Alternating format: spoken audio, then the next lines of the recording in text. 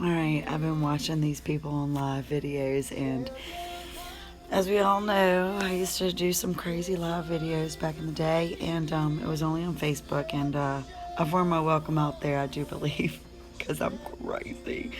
However, all these preachers that I'm watching and listening to are, I'm reaching out, I'm like, look, I'm going through a hard time. I have been through a hard time. I've been through more than most. And I really am crazy, but not that kind of crazy. Coming out of a very bad situation, it's really bad, but I'm surviving it. It's severe domestic violence, severe to levels I can't even explain right now because it's too much. As I go, I feel that maybe that's what the Lord's leading me to do, is to tell my story. However, I'm still married, and it's still very complicated. But overall, my spirit's broken. My soul is crushed. I'm believing in faith, and it's very difficult to believe in faith. You know, you pray about something and you think about something and you say, I'm gonna, I don't even know what a good example is, but it's something to the effect of, oh, I believe I'm going to have a car and I'm going to make it to church and I'm going to maybe, maybe not church, maybe a movie or something, I don't know, but then you say, when life gets really real and you pray for things that are very deep and very serious, and then it turns out you prayed something into your life that maybe you shouldn't have, and then you're stuck with this complication of who am I as a person that I'm praying for a miracle. And the connotation over domestic violence is nobody likes them. Nobody likes an abuser. Nobody. Preachers, anybody, they'll say, oh, it's violent, get out of it. Well, I get that. Okay, I understand. I completely understand that. I'm not coming from an area of sickness when I say this. There are syndromes and things like that, battered women syndrome, and all kind of incest syndromes and things like that make people actually do that kind of stuff and live in those kind of environments, which, by the way, is me. But the abuser has issues themselves, and when you love somebody, really love somebody, like God is love, and you love them, the number one thing about love for me is forgiveness. I believe that if you love anything, you must forgive it. And there are other things, because love is an action word, and like compassion, and you pity those wounded. Yeah, you're not around them. Okay, I don't have the same issue. My husband is in jail for domestic violence. This is a fact. It's public record. However, what was given to him and what could have happened were two different things. Number one, because I was driven to a point of crazy and I lost my beep, and that would have been the night that somebody died, or both. But you can only take so much, and a year and a half of it was enough for me. Lots of broken things in my body, and I'm smart. I knew better. Other elements involved, of course, but I'm his wife. It comes with an element of responsibility for myself as well. Even though I never stopped loving him. It wasn't about love. And people can't understand. They say, well, they beat you, he did this, he did that. Well, yeah, he's wounded, okay? And I tried to work through it the best I can. His wounds and what he did to me physically were not the issue. The issue was he felt that way about himself. And I got out. I got out, and then everything went crazy, and now it's God did for us what we couldn't do for ourselves at the moment. But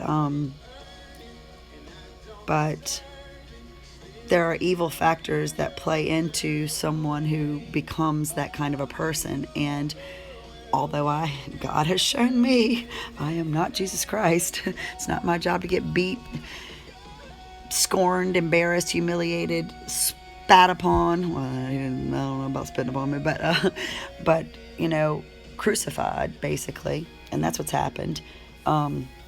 Because I'm crazy and not really though, because I'm outspoken and I'm a freaking survivor. Because I'm a survivor, okay? I survived. Oh, well, what does being a survivor look like when you're surviving it?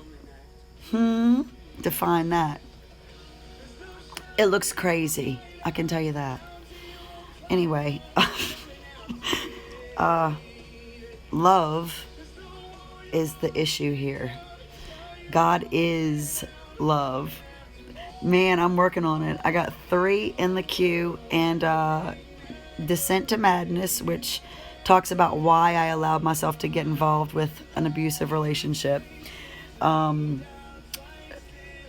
Madness and Grace, which is how I went mad and survived it. And then Navigating the Dark Side, which is what I had to do to survive it. The last 6 weeks of the relationship was horrible. But the Descent to Madness is whenever, when I started on the Facebook Live videos and I was saying things on there because my phone space had ran out, so I was just recording what I was using for my book. So those 3 books are in the queue. I have a series of children's books that have been started. There's 3 completed on that, waiting for illustrations and publishing, which is like $1,600 a piece. And when you come out of a domestic violence situation and you're homeless, carless, okay, pretty much at your worst, and God is working through you at that moment to sharpen you even further to get you where you need to be, which is what's happening right now. So I need lots of prayer right now, but those 3 books are in the queue, and I've decided that it doesn't matter. It used to matter which one came out first, but it doesn't matter anymore. They all kind of tie in and tell the same story. Yes, indeed. It's been a long haul, but I'm going over my videos and I'm gleaning little things out of it that will be in the book and stuff like that, and it's the same thing. It's the same theme, because initially when I started doing the live videos, my family had been attacked and we were innocent, and I had to fight that and almost lost everything at that point in my life. And then I met my husband, whom I dearly love, but we had a wild ride. We had to go, I'm not going to lie. And I needed it in my life at that time because I was at my wit's end and I didn't know what I was going to do with myself or my life. And I disattached. I lost everything. Not because I was an addict or anything. I was in love and married an addict. And I have already believed God for a miracle. So that's what the point of this thing is that I believe that anybody can be saved, and that's where I'm at with this whole thing. But I'm torn right now. That's why I started this video tonight, because I'm really torn about faith. My faith is being tested really hard right now, because every single second of anything I ever put into that man and our relationship was came back at with other females, with evil, straight out evil. I'm talking about evil things that may come out in a book later, you know what I mean? But the novel that I'm writing is going to take about 3 years to complete. But it's just been nonstop. And God told me He cannot control someone's will, their free will, and His, namely my husband's. And well, I'm praying for him right now. He's good-hearted, and I love him. But that was what I was talking about. So now this stream, I guess, is going to be very dimensional about God's love, because I forgive him. I don't have to be in it. I don't have to be around it. I don't have to, be any of that right now until things change and get better. But at the same time, I'm grieving. I miss him. I lost everything in my life so much, and once this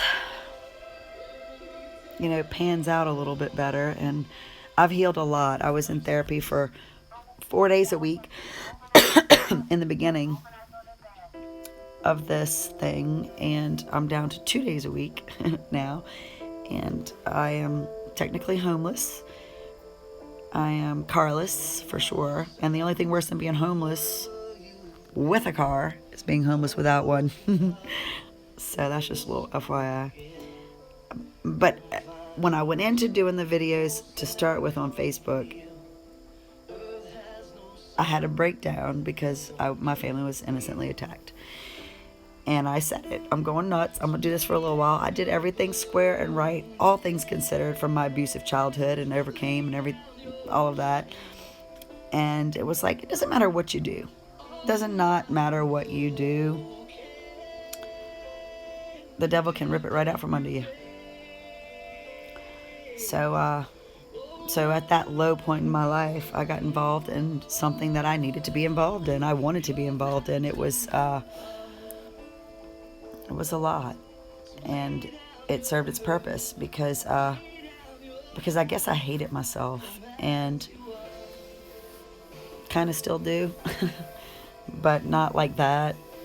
Just decisions and things that people do to cause them to go crazy, go mad, which is the book. And I list a few things that'll drive somebody mad. Something like a 2-year-old that runs around eating noodles and dropping them all over the place all the time. That'll drive a person mad. But I'm talking about on a real level of what will drive a person mad. And in my case, it was being my entire life plagued under being an innocent person that was attacked, and having to fight for my family's innocence, staying close to God, and knowing that you're good, but always seeming to be in shenanigans that you just cannot help. It's like, and this is crazy, forgive me, but it was like constant parasites in my entire life. And I'm not saying I'm innocent, because I wasn't, but what I learned about myself is that I was a survivor constantly that kept perpetrating the victim cycle. I kept putting myself into a cycle that made me a victim, because I kept attracting and entertaining people and things that were not healthy for me, because I had been through it all and had done it all, and I was non-judgmental. Therefore, I thought everyone had a heart like me, and everyone could, get through it, and did the work that it took to get through it.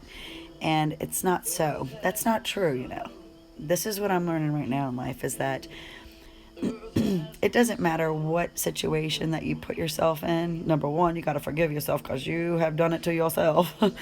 And number two, that with healthy boundaries, lots of therapy in my case, a strong relationship with God, you don't put yourself in those situations, which was my problem. I kept perpetrating the victim cycle. I was hardcore, man. I'm a ride or die. I survive, whatever it takes. And it has almost killed me several thousand times.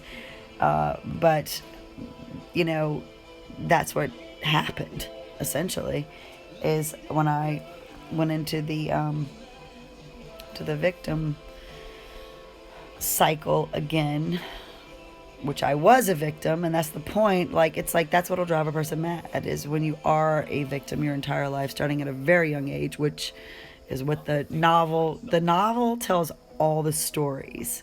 Okay, it's a fiction novel too, by the way, I decided. But the 3 books that are Descent to Madness, Madness and Grace, and Navigating the Dark Side are about getting through it on a daily basis.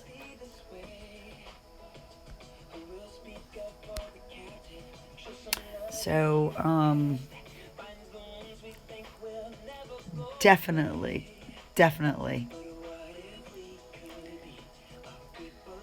Oh, thank you, Lord. Um, I don't think anybody's on here, Lord, so this is between you and me. I don't know what you have for me, but I kind of do. And it isn't about me. It is about what I survived, though. And however this works out and pans out, please help me love myself. God is love.